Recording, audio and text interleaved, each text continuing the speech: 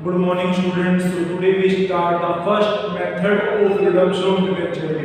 The method is lump sum payment method. Method is lump sum payment method. Lump sum payment method नाम से clear है कि एक ही बारी में सारे डिबेंचर का भुगतान कर देना. एक ही बारी में सारे डिबेंचर की पेमेंट कर देना. That is called lump sum payment method. तो ये मैंने अभी लास्ट वीडियो आपको रिडम्पशन ऑफ डिबेंचर की भेजी थी, ये करवाया था last topic redemption of debenture का. उसमें आपको क्लियर करा था कि कैसे हम प्रॉफिट एंड लॉस अकाउंट से कुछ पैसा निकालते हैं डिबेंचर की रिडम्पशन के लिए, और कैसे हम जितने डिबेंचर की रिडम्पशन करें उसकी फेस वैल्यू का 15% पैसा इन्वेस्ट कर देते हैं. तो वो सारे के सारे पॉइंट जो हमने लास्ट टॉपिक में करे थे, वो टॉपिक के वो सारे पॉइंट अभी आज के टॉपिक में यूज हुए. तो हम क्वेश्चन से स्टार्ट करते हैं. कावेरी लिमिटेड ने एक अनलिस्टेड कंपनी है. पहली बात, Kaveri limited is an unlisted company, और मैंने आपको क्लियर करता कि कोई अनलिस्टेड कंपनी हो तो वो debenture redemption reserve fund create करती है. अगर कोई लिस्टेड कंपनी हो, कोई भी बैंकिंग इंस्टीट्यूशंस हो, या कोई नेशनल हाउसिंग बैंक हो, that will not create debenture redemption reserve fund. तो एक unlisted company debenture redemption reserve fund create करती है. तो कावेरी लिमिटेड एक अनलिस्टेड कंपनी है जिसने 50,000 के डिबेंचर इशू करे. एक डिबेंचर 100 रुपए का है. कब इशू करा? 1 अक्टूबर 2015 को. तो इशू की एंट्री करते हैं bank account debit to debenture application and enrolment 50 lakh रुपए, 50 लाख रुपए debenture application and enrolment account debit to debenture 50 lakh. अब जिस तारीख को डिबेंचर की रिडम्पशन हुई है वो तारीख है 31 मार्च 2020. उससे पहले जो लास्ट 31 मार्च आएगा उस तारीख को हम प्रॉफिट एंड लॉस अकाउंट में से पैसे निकालेंगे. कितने निकालेंगे? जितने डिबेंचर इशू करे हैं उसकी फेस वैल्यू का 10%, 10% प्रॉफिट एंड लॉस अकाउंट से निकालेंगे, और वो पैसा अपने पास इसलिए रखेंगे ताकि जब डिबेंचर की रिडम्पशन करेंगे तो उस पैसे को हम यूज कर सकें. तो 31 मार्च 2019 को प्रॉफिट एंड लॉस अकाउंट से पैसा निकाला तो प्रॉफिट एंड लॉस अकाउंट की प्रॉफिट जो हुई कम हो गई. नॉमिनल अमाउंट का रूल हम पहले से जानते हैं, credit all income and gain.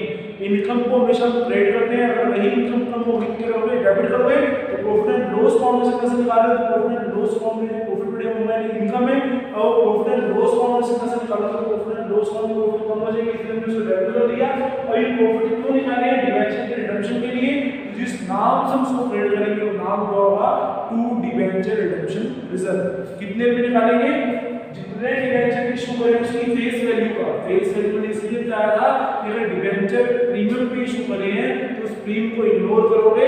10 रुपए का डिबेंचर चाहे 11 रुपए में इशू करो, चाहे 20 रुपए में करो, चाहे 40 में करो, आप 10 का डिबेंचर मान के चलोगे तो 50 लाख का 10% 5 लाख रुपए प्रॉफिट एंड लॉस अकाउंट से निकाला और डिबेंचर रिडम्पशन रिजर्व फंड में ट्रांसफर कर दिया.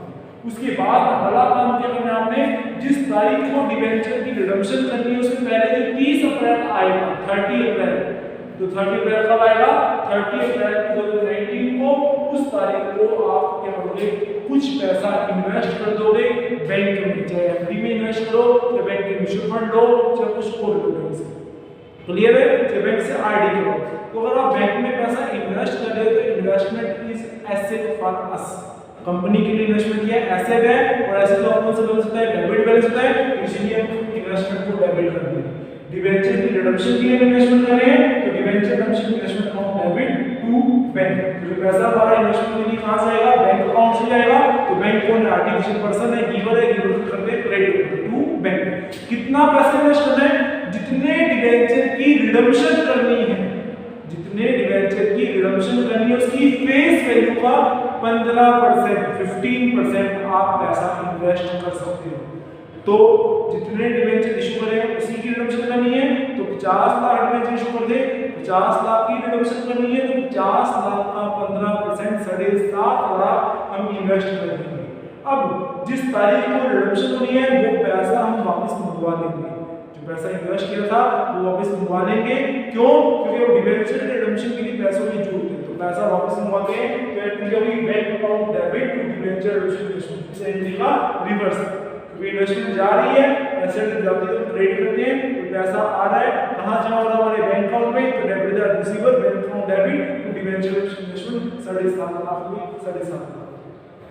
अगर क्वेश्चन में आपको ब्याज के बारे में नहीं बोल रहा कि इस एफडी में जो आपने पैसा इन्वेस्ट किया तो उसमें ब्याज नहीं मिल रहा, तो आप ब्याज की एंट्री नहीं करोगे। अगर क्वेश्चन में क्लियर कट मेंशन होगा ब्याज की एंट्री, तो हम ब्याज की एंट्री करेंगे। इस क्वेश्चन में नहीं था तो हमने एंट्री नहीं की। अब डिबेंचर के रिडम्पशन की एंट्री, डिबेंचर के रिडम्पशन की एंट्री से मैंने नहीं क्लियर कर दूं कि ये पैसा वापस कब होगा यार, तो किस तरीके से होगा, रिडम्पशन की डेट को होगा। इतना बोल गया था कि 31 मार्च 2020 को पैसा वापस होगा। अब उसी तरीके से डिबेंचर के रिडम्पशन की entry, debenture from debit to debenture holder from debit to bank 50 lakh में 50 लाख। अब लास्ट जो एंट्री आपने करनी है कि जो डिबेंचर रिडम्पशन रिजर्व का पैसा आपने 5 लाख रुपए इकट्ठा करा था, वो 5 लाख का 5 लाख में आप जनरल रिजर्व फंड में ट्रांसफर करोगे। ये इसलिए ट्रांसफर करोगे कि अगर सारा का सारा पैसा डिबेंचर रिडम्पशन के लिए जो आपने अपने पास रखा था, वो पैसा सारा का सारा डिबेंचर रिडम्पशन के लिए यूज नहीं हुआ, अगर उसमें से कुछ पैसा बच जाता है तो उस पैसे को आप सामान्य पर्पस के लिए यूज कर सकते हैं। तो इसीलिए जब सामान्य पर्पस के लिए पैसा यूज करते हैं तो उसको हम कहां ट्रांसफर करते हैं, जनरल रिजर्व अकाउंट में ट्रांसफर करते हैं। तो हम ये मान के चलेंगे कि हमारा सारा का सारा पैसा यूज नहीं हुआ, तो 5 लाख का 5 लाख जनरल रिजर्व अकाउंट में ट्रांसफर करते हैं। पहले आपने रिजर्व को क्रेडिट करना, अब ट्रांसफर कर दोगे, अब रिजर्व को कर दोगे, डेबिट कर दोगे। कहां ट्रांसफर कर रहा है, जनरल रिजर्व अकाउंट में, तो जनरल रिजर्व भी also a liability. General reserve क्या है, लायबिलिटी। इस लायबिलिटी का कौन सा बैलेंस होता है, ट्रेड बैलेंस, तो ट्रेड कर दे। पर एक बात और खास बता दूं कि जनरल रिजर्व में कितना पैसा ट्रांसफर करना है, जितने डिबेंचर की रिडम्पशन करी है उसकी फेस वैल्यू का 10%। यहां तो हमने क्या बताया, जितने डिबेंचर इशू करे उसकी फेस वैल्यू 10% था।